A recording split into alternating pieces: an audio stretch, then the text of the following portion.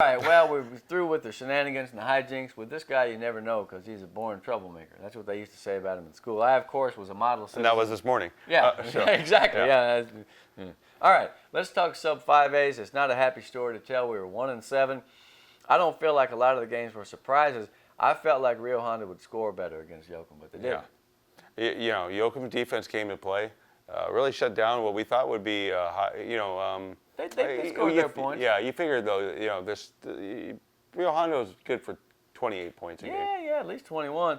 Well, Cuero 48 sent Cuero 48 sent 14. What is that? Cuero 48 PI 14. Yeah. Now, you see, I'm making turnovers.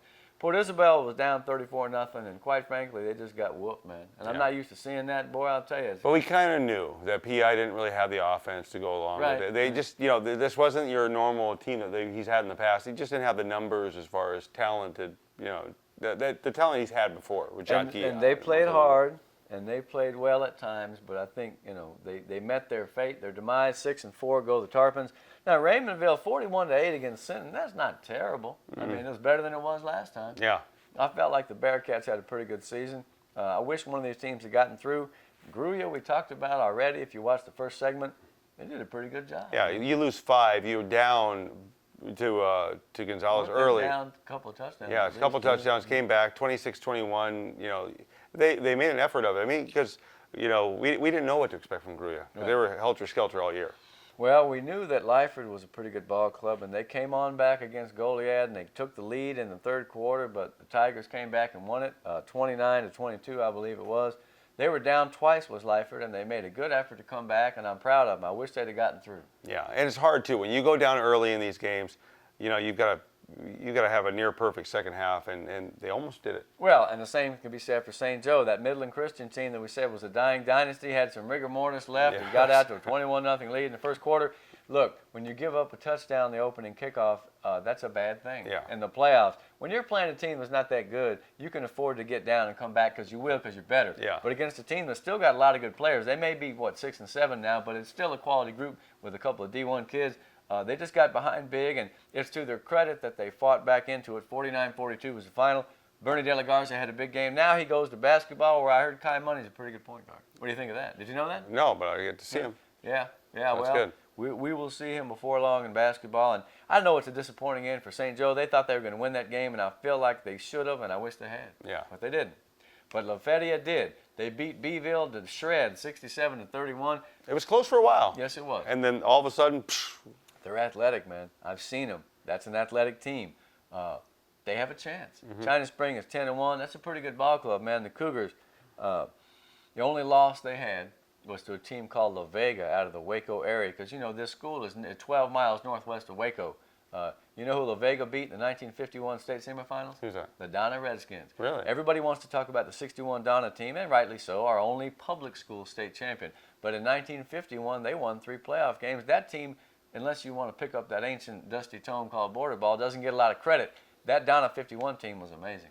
And La Vega was the team that beat them, 38-7.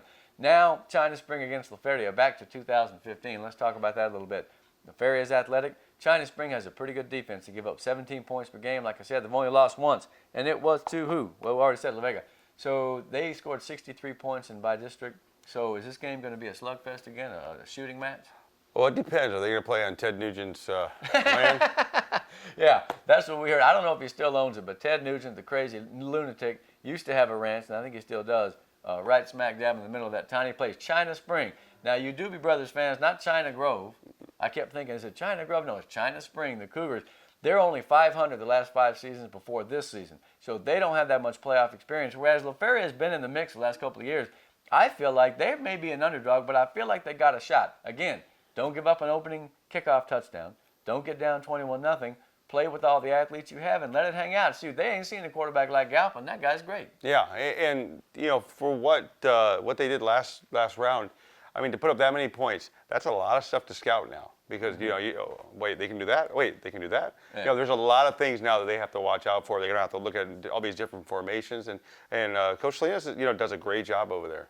And they've got a good staff. Some of those guys at La Feria I've been seeing since the 80s, man. They got a mix of veterans and young guys. And, no, I feel like this is a good shot, man. I mean, they got to be perfect. They got to be good. And so focus this week.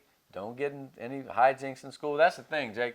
Emotionally, mentally, kids got to stay locked in, man, because, you get to be a little high on the hog and everybody's patting you on the back and all of a sudden, choom, you lose your focus. It's not good enough to go one round. You got you got to play hard in the second round, and you want to get that win. Well, you want to because of your team, but also because of posterity and history. Man, look, you don't get a chance to get in a game like this against a quality opponent and go to the third round like they did, and I think it was 07 or 08.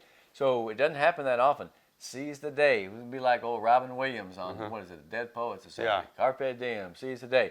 Somebody is going to come back next week for the third round. Now, here's the thing. There's only one Valley versus Valley matchup. There's a small possibility that we could all be out except one team. I don't think so, man. I think San Benito's going to win. I don't want to put the kibosh or the jinx on, but I feel like that they're going to win. And I feel like Vela can win. Any of the teams can win. It's which of the teams are favored. I think San Benito and Vela. La Feria is going to be an underdog against, I was going to say Carrizo Springs. They would kick Carrizo Springs' ass. Sorry. China Spring is what we're talking about. I know, you have to admit, I ain't been beeped that much. That's right. This ain't cable. I've been pretty, exactly. We do what we want. Yeah. But we do have a sense of decorum. This is the show. That's Jake Berry. I'm Greg Selber. The playoffs are the greatest time of the year.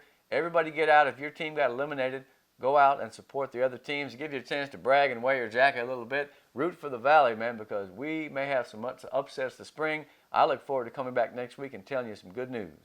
Go to the game.